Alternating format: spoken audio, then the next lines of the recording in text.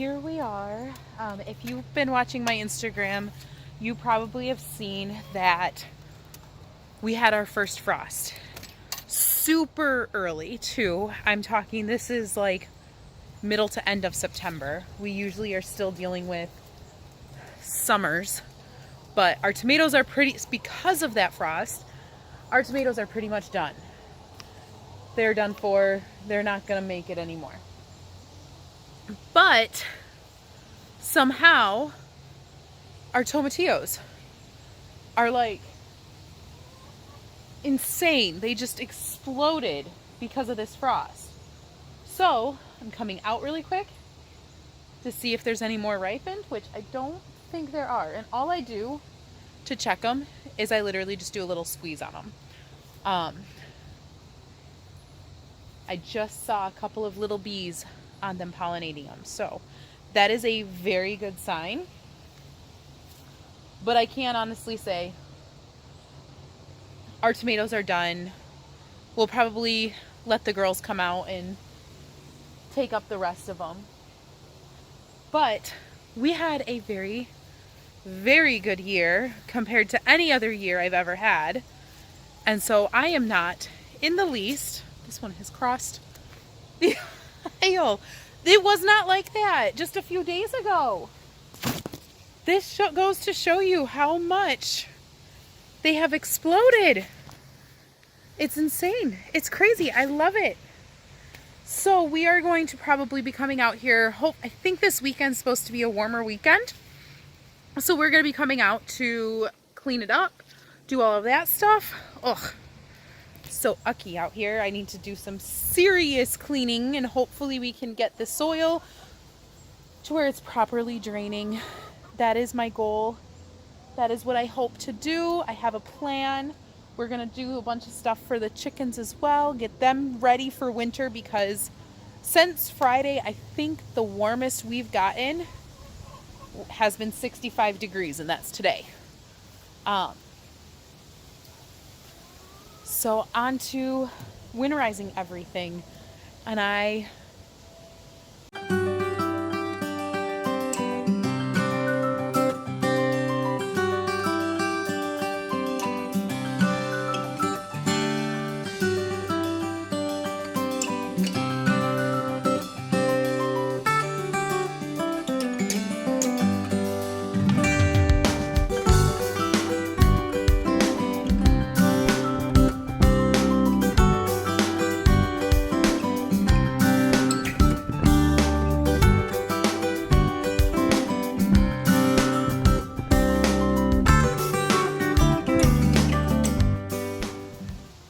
so for anybody that's been wondering why people save seeds, why do you save seeds for next year's plants, flowers, vegetables, fruits, whatever?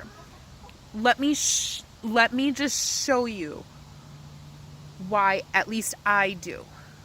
So first off, this year is the first year where we've had a garden that actually like exploded. We had really good produce, everything like that.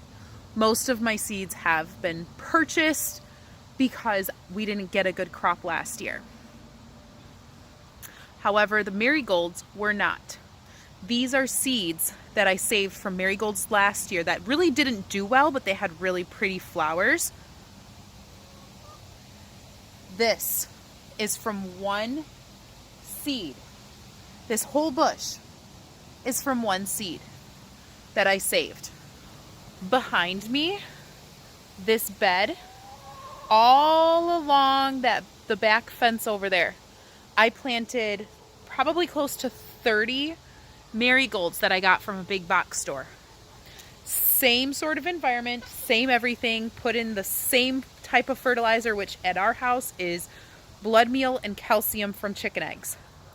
That's it. Not one of the ones that I bought from the store survived. The only one that survived was the one plant that I started from seeds that I had saved. Now, with that being said, again, the seeds from all of these plants in here this year were from store-bought seeds, most of them from a gardener that is here located in Michigan. But I saved seeds from every single one of them. And those plants are just going to become better and better every single year. Because what happens is the plant becomes accustomed to your growing environment. It becomes accustomed, just like a person moving to a new state with a different climate. It takes a few years to adjust. But once you adjust, you can't see life any differently. And that is what happens with seeds. And that is why most people save seeds.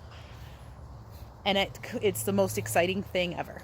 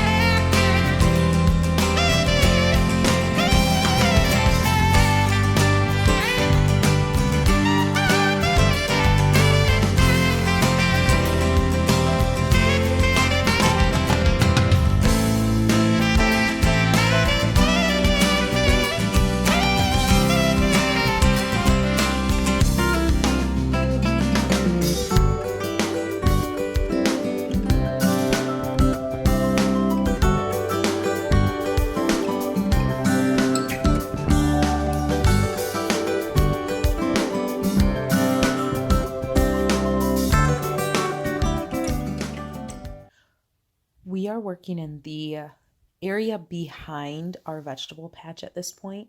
It is going to be turned into a medicinal garden, medicinal herbs and flower garden, kind of like a country garden.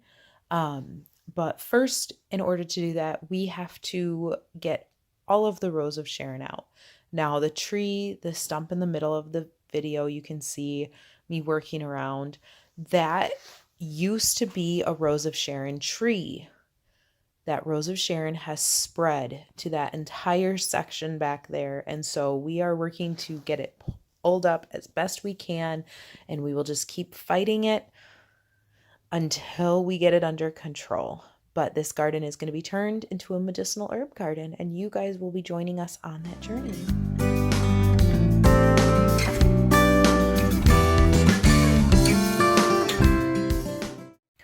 Now, Trevor and Danny are actually building kind of a little stone patch here with some stones we had randomly around the garden. Just something to help keep our feet dry and not in the mud while we grab the chicken eggs.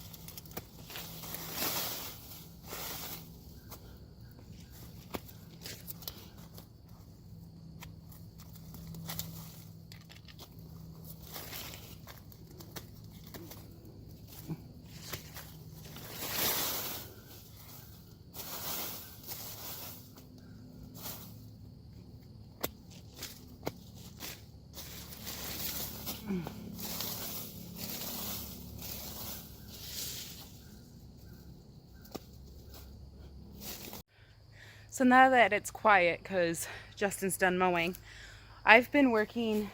My daughter had her riding lessons this morning, and then I came home and I've been working in the garden. So I did clear out this whole section and some of these tomatoes, and I still have a lot more to go, but I really wanted to get back here into this area. As you've seen, I've been clearing it out all day, and our goal is I want to get this completely cleared out, get the grass basically weed whacked all the way down as low as it'll go. I'm gonna cover it with compost and whatever. Like right now I just have back there some shavings, some like pine shavings, because we had those, they've been out in the rain exposed to the elements, and so we can't use them in our chicken coop. So I put those out here. We'll put compost on top of that to help break everything down. And that is the goal. Like this whole area, the plan, we can't mow back here because it's too hard to get our mower, even a push mower back here sometimes, and it doesn't grow grass. So it's not worth it.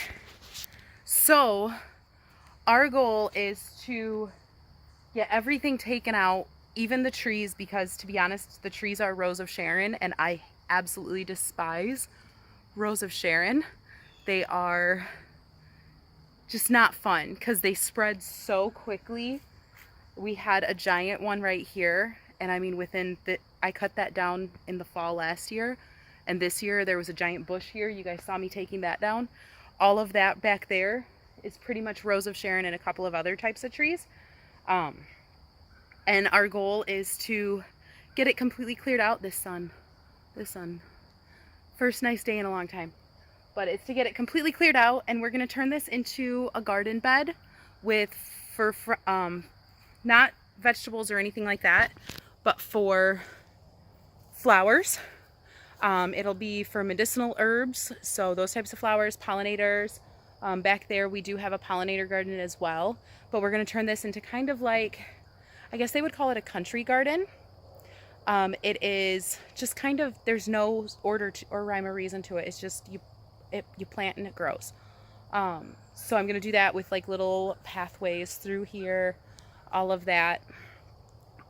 We do have as well up all of that wood. That wood is going to get chopped up for firewood, and the trees in our backwoods we're going to be clearing out to, one, use as wood mulch for our vegetable garden and this garden, and two, to make it look a little bit cleaner and nicer. So we're going to be doing all of that. We can't do all of it this weekend. We're just going to get as far as we can. That's all we can do, and that's okay. So let's keep going. We decided that on Sunday we would go back to Justin's parents' house and finish what we had started in the spring on Mother's Day for their beautiful flower garden. And we decided to plant about 300 tulips, bunch more pachysandra that we have just growing wild in our backyard, and just cleaning everything up, freshening it up, getting a border around it, just making it look nice, or at least on the start of looking nice for them, so that they have something beautiful to look at in the spring. Plants because somebody accidentally pulled almost all of her plants. We're going to plant, what plants do you know? Tulips. And Flowers. Yep.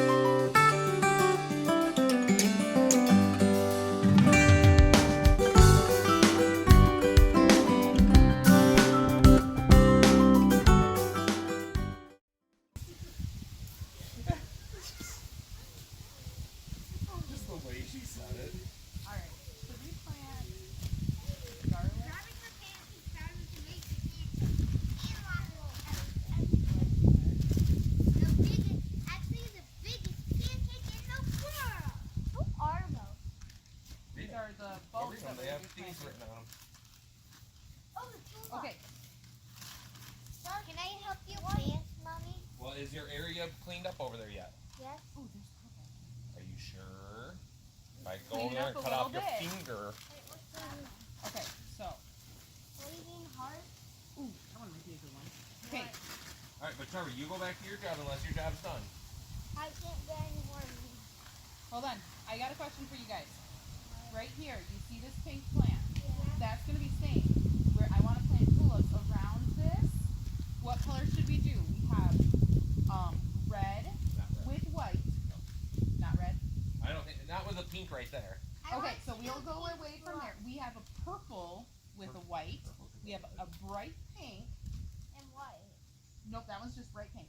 Then we have a red and an orange, which that one will be somewhere else. We don't want red. I want We have one that has like white fringe. It looks like swan feathers. Swan feather. And what's this one? We have that has a white stem. I want to use this one. This one's a long stem white. This is a dark pink with white. This one. I think the purple one would look best though. Purple to mix it there, and then maybe because there's some purple over here, Then we can do a we'll pink put the one over there. dark pink one over there. So Taylor, just set this guy down there. We'll do the purple here. Can I help you? I'm just Nope, just finish what you're doing, and I'll have you guys I finished organize. already. Okay, then. Trevor, are you done? Okay, you did pretty good, bud.